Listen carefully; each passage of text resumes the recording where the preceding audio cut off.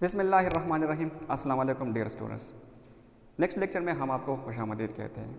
This is Imtiaz Ali, Forward Degree College, Hyderabad, Peshawar. Students, last lecture में हमने आपको पढ़ाया था कि what is mean by capacitor and capacitance. तो कैपेसिटर कहते हैं a device which is used to store the electric charge is called capacitor and capacitance this is the ability of the capacitor that can store the electric charge is called capacitance of capacitor. यानी capacitor device है, capacitance उसकी काबिलियत है। Students, मैंने आपको ये भी बताया था कि बाद में हम ये आपको पढ़ाएंगे कि कैपेसिटेंस किन किन चीज़ों पर डिपेंड करती है। और मैंने आपको ये कहा था कि कैपेसिटेंस डिपेंड करती है एरिया पर, परमिटिविटी पर और डिस्टेंस बिटवीन द प्लेट पर। यही आज हमारा टॉपिक है कि कैपेसिटेंस किस तरह इन चीज़ों पर डिपेंड करती है। इसका कोई मैथमेटिकल एक्सप्रेशन, कोई फार्मूला, कोई निचोड़ क्या है इसका। तो यही हमारा टॉपिक है कि capacitance of parallel plate capacitor.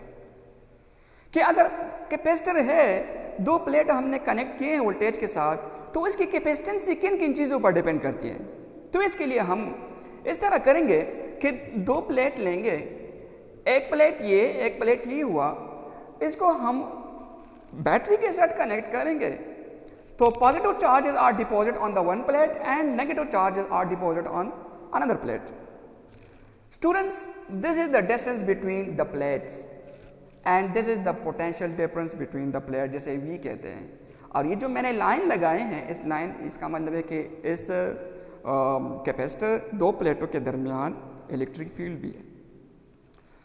Students, मैं आपको ये बताता चलूं कि इसका जो फार्मूला था, लास्ट लेक्चर में हमने कहा था कि Q is equals to C V capacitor का फार्मूला है। तो कैपेसिटेंस से अगर हम निकाले तो C is equals to Q by we.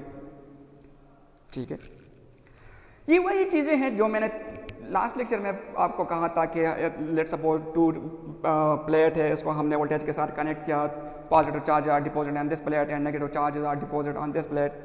ये वो लिखाई मैंने की है।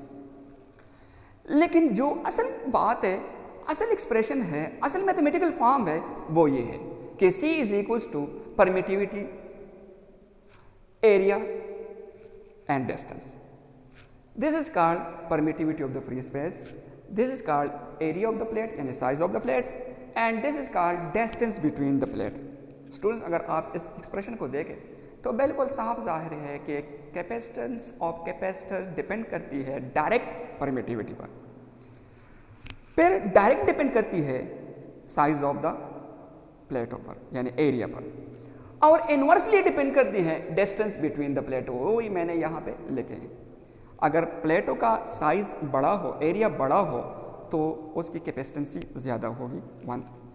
उसके दरमियान अगर परमिटिविटी ज़्यादा है तब भी उसकी कैपेसिटेंसी ज़्यादा होगी। और तीसरे नंबर पर यह है कि अगर उसके दरमियान डिस्टेंस कम हो तो कैपेसिटेंसी ज़्यादा होगी, डिस्टेंस ज़्यादा हो तो कैपेसिटेंसी कम होगी। वो इन्वर्सली डिपेंड करती है, वो मैथमेटिकल एक्सप्रेशन ये है। और मैं आपको बताता चलूँ कि ये जो एक्सप्रेशन है ये है वैक्यूम के लिए। वैक्यूम का मतलब है कि इस कैपेसिटर, इस दो प्लेटों के दरमियान कोई मटीरियल मीडियम नहीं है, ये खाली है। खाली का मतलब यहाँ पे वैक्यूम है। वैक्यूम हम यहाँ पे कोई एयर है, एयर को भी हम वैक्यूम के साथ उसको हम कह सकते हैं कि चलो वैक्यूम। तो यहाँ पे एयर है, कुछ कोई मटेरियल मीडियम नहीं है, यानी कि माइका शीट हुआ, कोई प्लास्टिक हुआ, इस तरह कोई मटेरियल मीडियम नहीं है, विजिबल मीडियम नहीं है। अच्छा स्टूडेंट्स, आपको पता है कि डेंसिटी कैसे कहते हैं। डेंसिटी का मतलब है कि मास पर यूनिट वॉल्यूम, लेकिन यहाँ पर मासेस नहीं, यहाँ पे चार्जेस है, यहाँ पे वॉल्यूम भी नहीं है, यहाँ पे एरिया है। तो अगर मुझसे कोई पूछे कि यहाँ पे इसका डेंसिटी क्या होगा, चार्ज डेंसिटी का क्या रिलेशन होगा, तो मैं कहूँगा, मैं कह सकता हूँ कि यहाँ पे है कि चार्ज पर यूनिट एरिया, कि कितने चार्जेस कितने एरियाज पे पड़े हुए हैं।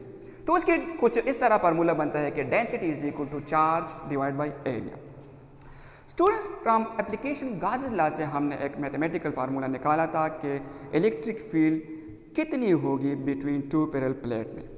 उसका एक्सप्रेशन कुछ इस तरह था कि E is equals to density divide by epsilon naught. Epsilon naught is the permittivity of the free space.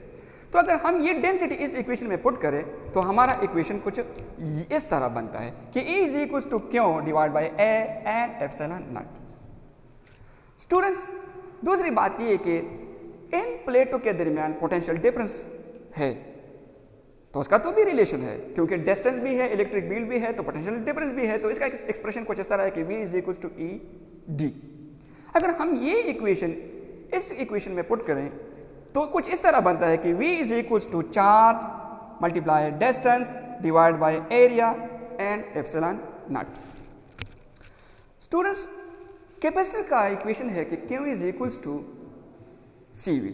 अगर हम उससे V निकालना चाहें तो V निकाल सकते हैं कि V is equal to Q by C।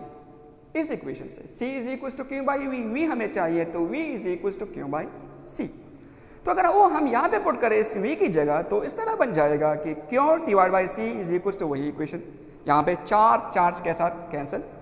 जब ये कैंसिल हो जाए तो यहाँ पे बन जाता है, अगर हम इसको रीअरेंज करें इस इक्वेशन को, तो C is equal to area multiply epsilon naught divide by distance. बिल्कुल ये वही इक्वेशन है।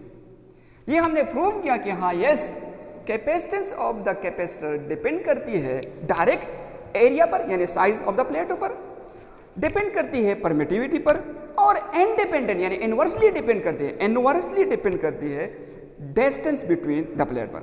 ये जो मैंने मैथमेटिकल एक्सप्रेशन लिखा, ये वैक्यूम के लिए। वैक्यूम का मतलब है कि इस दो प्लेटों के दरमियान कोई मटेरियल मीडियम नहीं है, कोई विजिबल मीडियम नहीं है, यहाँ पे कोई एयर है, इसको हम वैक्यूम कह सकते हैं। अच्छा, सवाल ये है कि अगर मुझसे कोई पूछे, कोई सवाल करे कि अगर हम इन दो प्लेटों के दरमियान कोई मटेरियल मीडियम रखें तो फिर उसकी कैपेसिटेंस इंक्रीज होगी या डिक्रीज होगी, तो उसका सहारा हम लेंगे रिलेटिव परमिटिविटी से। रिलेटिव परमिटिविटी का मतलब है कि permittivity of the medium and permittivity of the free space, इसको हम रीअरेंज करें तो इक्वेशन कुछ इस तरह बनता है, ठीक है।